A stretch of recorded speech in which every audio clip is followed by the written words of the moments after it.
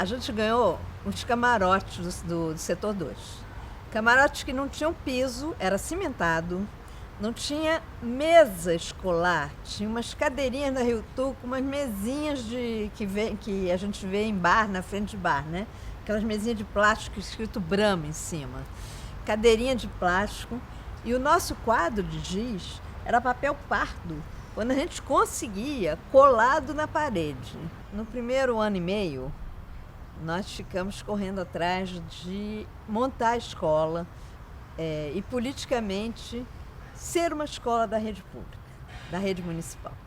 Então a gente correu atrás dos políticos, vereadores, pessoas importantes que pudessem... Até para ter material que a gente não tinha. Até para ter material que a gente não tinha. Depois que o Brizola foi no Sambódromo, a gente ganhou material, mas até então a gente não tinha. A gente tinha 2 secretárias de educação, uma do estado e uma do município. E tínhamos os vice-governador. Então o que a gente fazia? A gente ia e pedia material para o vice-governador. Não posso te dar, não tem dinheiro, não sei o quê. Aí a gente ia na secretária de Estado, aí conseguia.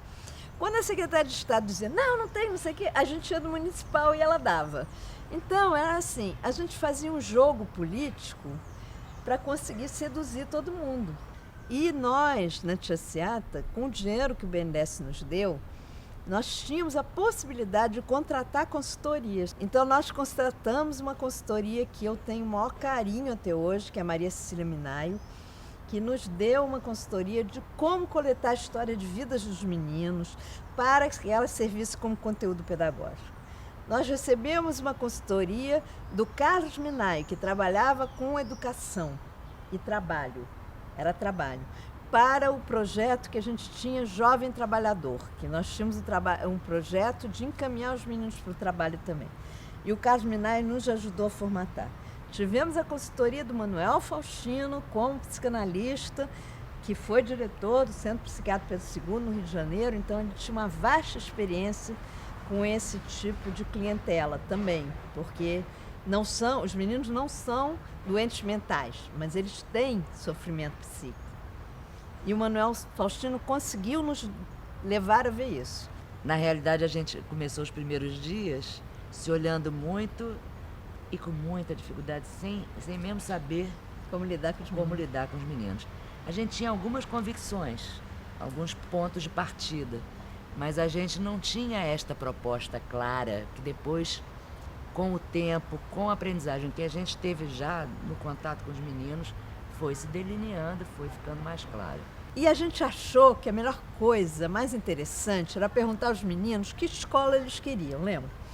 E aí os meninos começaram a dizer que a escola eles queriam. A escola que não podia passar a mão na bunda da professora, não podia falar palavrão, não podia fumar, não podia usar droga. Era a escola mais repressiva. Era a escola do não. E uma das nossas convicções no começo era que a nossa escola não seria do não. Seria a escola da inclusão, não da negação. Então é interessante que esse início foi dando a esses primeiros jovens essa coisa da segurança com relação a nós, os primeiros professores que nos tornamos coordenadores. Eu acho que a única convicção que a gente tinha no início era essa, né? Era essa. De que a gente estava do lado deles e que a gente, de alguma forma, a gente não iria negar como as outras escolas os negaram. Todas nós éramos professoras, todas nós tínhamos muitas teorias na cabeça, mas no início não deu muito certo as coisas que a gente propôs dentro da sala de aula. Aquela ideia democrática de uma escola democrática não funcionou. Supunha que eles iriam ficar sentados, que eles iriam pegar os materiais, iriam fazer coisas. E o início não foi bem assim. No início, eles estavam achando ainda que iam ser expulsos, eles reagiam mal às propostas, mas a nossa pedagogia não dava muito certo. A gente sabia que a gente tinha que, de alguma forma, resgatar a escuta com eles. Mas eles não tinham muito hábito de falar, de criticar, de pedir. Eles tinham uma vivência dentro da escola que era de reagir mal. Sempre com muita agressividade. Sempre com muita agressividade. Então, tudo que a gente tinha de início meio que não dava muito certo. A gente, na realidade, teve que fazer um resgate meio afetivo, eu acho que foi meio intuitivo até, Mas às vezes a gente perdeu a de cabeça, alguns né? meninos, perdemos vários. Uma vez eu me lembro que o Roger, que o apelido dele, como é que era? Quer brigar, não sei o quê. Ele estava sempre com um pedaço de pau, um tijolo na mão, Sempre. uma pedra. Aí um dia ele chegou na escola com aquele negócio e tal, e sempre ele reagia mal aos outros que implicavam com ele. E eu dei um berro com ele. Senta aí e fica quieto. Agora tu vai me ajudar a arrumar esse papel aqui. E ele ficou olhando para mim, quieto, ajudou a arrumar o papel e pronto. Né? Daquele dia em diante, ele passou a gostar da gente. A gente mudou totalmente a postura dele. O fracasso pesa muito para eles. E eles têm que justificar de alguma forma. Porque se achar uma porcaria, é a resposta mais imediata e é a que todos dão para ele. Você não vai conseguir, você não é capaz, é você, o problema é você. Então, a tendência é essa resposta mais imediata ser dada até por ele, né? E é interessante, Mônica, que eles traziam essa baixa autoestima com eles. E era uma resistência a mais para a gente chegar, apresentar que a gente estava ali não para dar aula, mas para ajudá-lo a aprender. Então, eu me lembro que eu costumava dizer que eu não vou dar nenhum conhecimento para você. Você vai ter que roubar esse conhecimento de mim. Porque o menino se sentia ativo naquela relação professor-aluno. Em certos momentos, eles geram medo na gente. Eles gostam, eles têm um prazer de gerar medo. O Sidney, por exemplo, que era um menininho de 9, 10 anos, pequenininho, um pivetinho, né? Esse menino, ele gerava um medo tão grande, não apenas dentro da escola, mas na rua também, que quando ele gerava um medo, as pessoas achavam que ele era um homem de 2 metros de altura. A gente tinha um psicanalista, que era o Manuel Faustino, que nos ajudava, fazia um trabalho de entendimento, mediação de conflitos com os professores, com tudo isso, com os meninos, né? E ele nunca tinha encontrado o Sidney em pessoa. No dia que ele encontrou o Sidney em pessoa, ele falou: Lígia, o meu imaginário é que esse menino era um negão de 2 metros de altura, não um garotinho desse tamanho que você segura ele com o dedo. E foi muito lindo nós reencontrarmos ex-alunos da Tia Seata. E é importante ver que são homens feitos com 40 anos, famílias montadas, bons trabalhadores e que têm o desejo que seus filhos não tenham que passar por aquilo que eles passaram. Então, eles estão na escola, eles frequentam as escolas junto com o garoto, eles discutem, vão às reuniões da escola, né? Eles dizendo isso, que eles querem ver que os filhos dele não passem por aquilo que eles passaram. Eu acho que encontrar esses meninos, para mim, foi assim, o resultado mais importante de que a nossa ideia inicial, em 1983, ia dar certo. Mas não foi só esse o desafio. Quando começaram a chegar as professoras, a gente também não sabia. A gente tinha em mente o quê? A formação tem que ser em serviço, a gente está do lado, a gente tem que fazer junto. Esse era o ponto de partida. Só que também não deu muito certo tentar dividir com as professoras a condução do processo. Na realidade, a proposta não fica clara para elas. Na realidade, a gente estava delineando também, tinha alguns pontos de partida, alguns pressupostos, mas não tinha uma proposta clara. A gente, na realidade, queria discutir com elas, queria construir com elas. E esse processo foi um processo difícil. A Lígia tem umas coisas interessantes, né? Porque ela botou todo mundo para estudar, né? Ela não está sabendo fazer, então vamos estudar. E isso foi fundamental. Porque a gente começou a ler desesperadamente. Dentro das reuniões, a gente lia e discutia texto. Paulo Freire, como é que tem que ser a educação desses jovens, como é que tem que ser a formação de professores. E fato é que a gente foi construindo, eu acho que no segundo ano de escola, já tinha algo suficientemente claro para a gente sair por aí, até de pires na mão, né? Que a gente teve que conquistar o material também, Isso, né? foi um fato interessante. Mas a gente escreveu muito, a gente já tinha proposta para mostrar. Chegava nos lugares, já tinha uma proposta diferenciada, clara. E a impressão que deu hoje, depois de tudo que aconteceu, uma proposta Muito boa. Genial.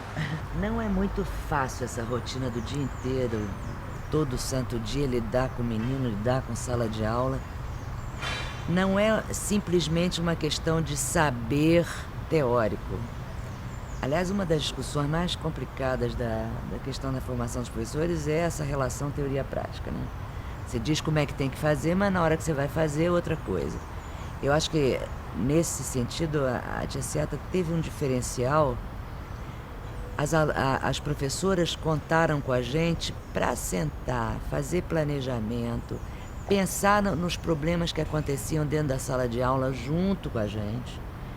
Quer dizer, a gente também entrava dentro de sala de aula para fazer atividade, para ver como era a receptividade, porque é bastante difícil, essa que é a verdade. Eu acho que os professores trazem esse depoimento toda hora.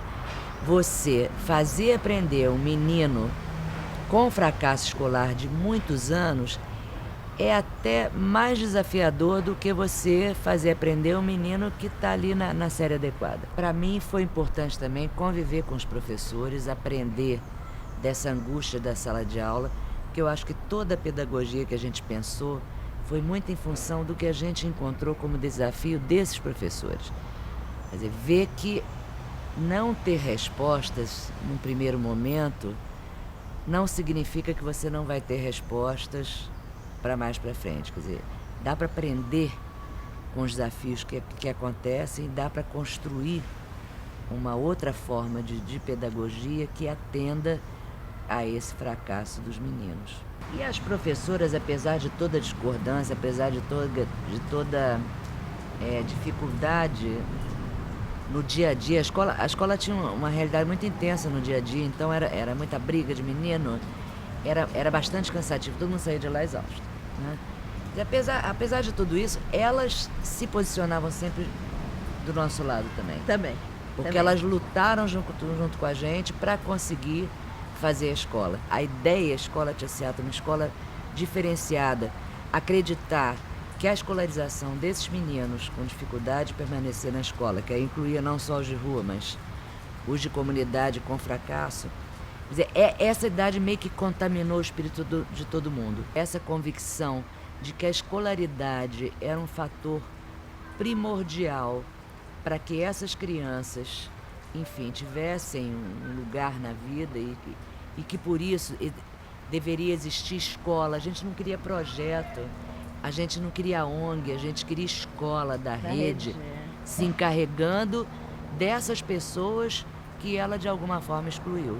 Quer dizer, esse sentimento eu acho que contagiou todos, do funcionário ao menino, ao professor. O professor mais tacanho de lá de dentro tinha isso claro na cabeça, e na hora que a gente ia batalhar pelas coisas, estava lá o cara do nosso lado, que esta ideia estava clara. Nós, da coordenação, a gente tinha uma visão política mais ampla do que professor, do que funcionário e tal.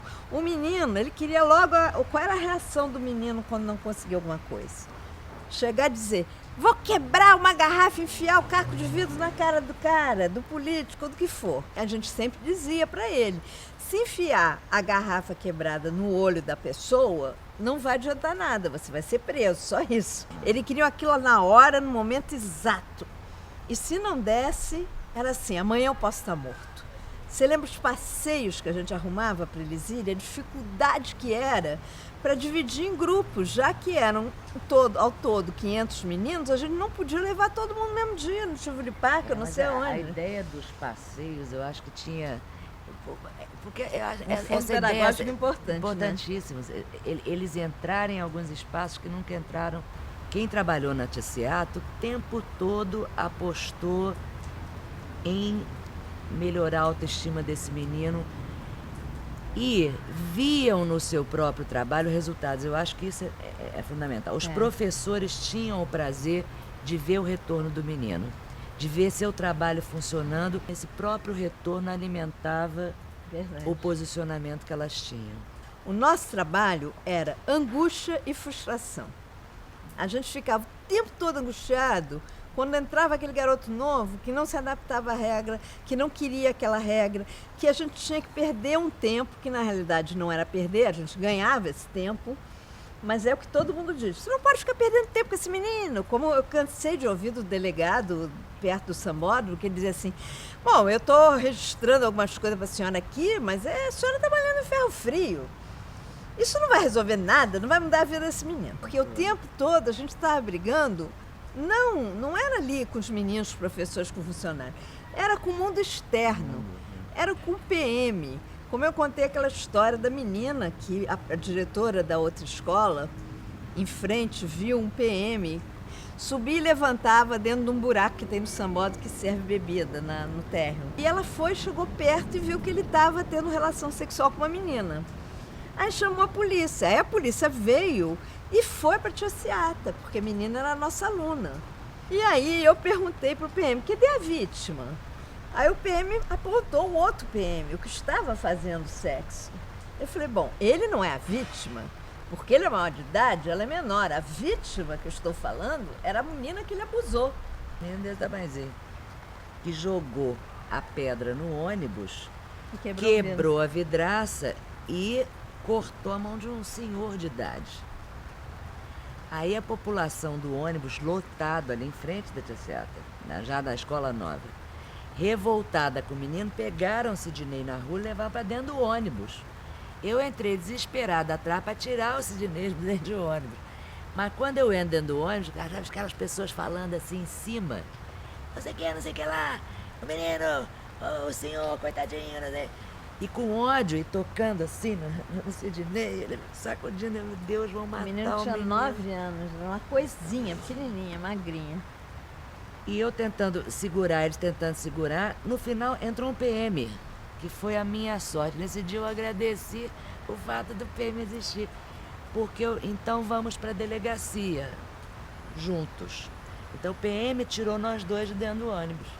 Por que ele jogou a pedra na janela? Porque ele tentou entrar no ônibus, que a escola só começava mais tarde. Ele tentou entrar no ônibus para ir para o Lar da Carioca e o motorista vetou.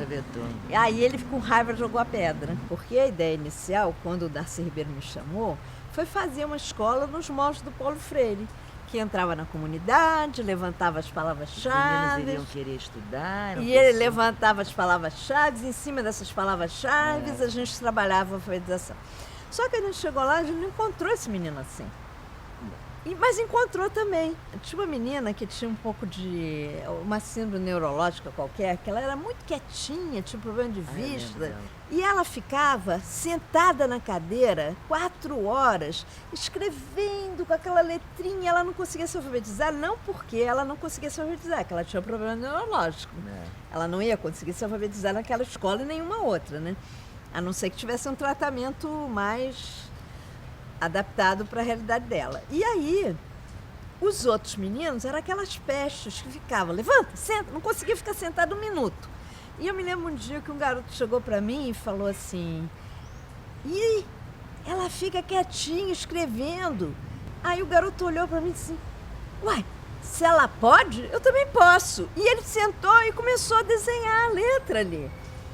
Então, era uma coisa interessante, porque houve uma troca entre o comportamento mais passivo, quietinho, e o comportamento mais ativo, agressivo.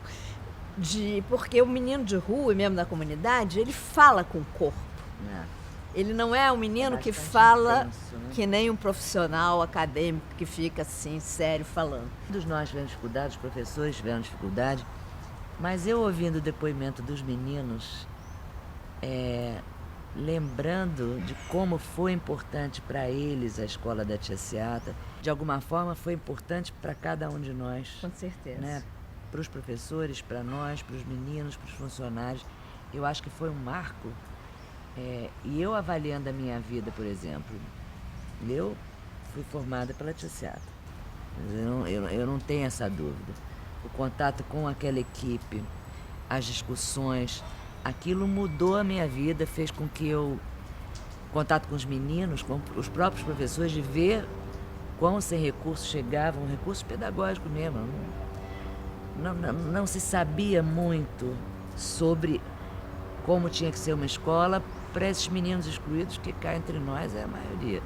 Hoje, a escola tem que pensar nesse menino que não tem limite, nesse menino que a família dá uma educação diferente da nossa, uma educação de reagir, né, contra a pobreza, enfim.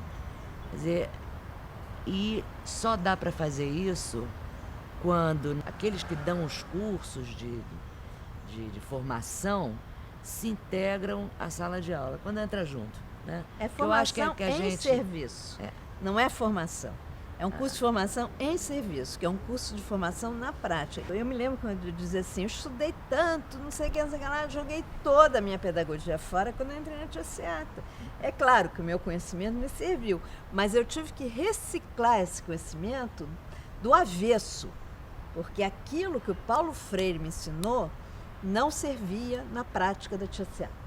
A gente tem que ter um jeitinho de cintura muito grande para convencer alguns políticos que não sabem a importância social de um projeto como esse, de que o resultado é muito melhor se a gente investir na educação desses meninos. E não é educação, escolaridade apenas.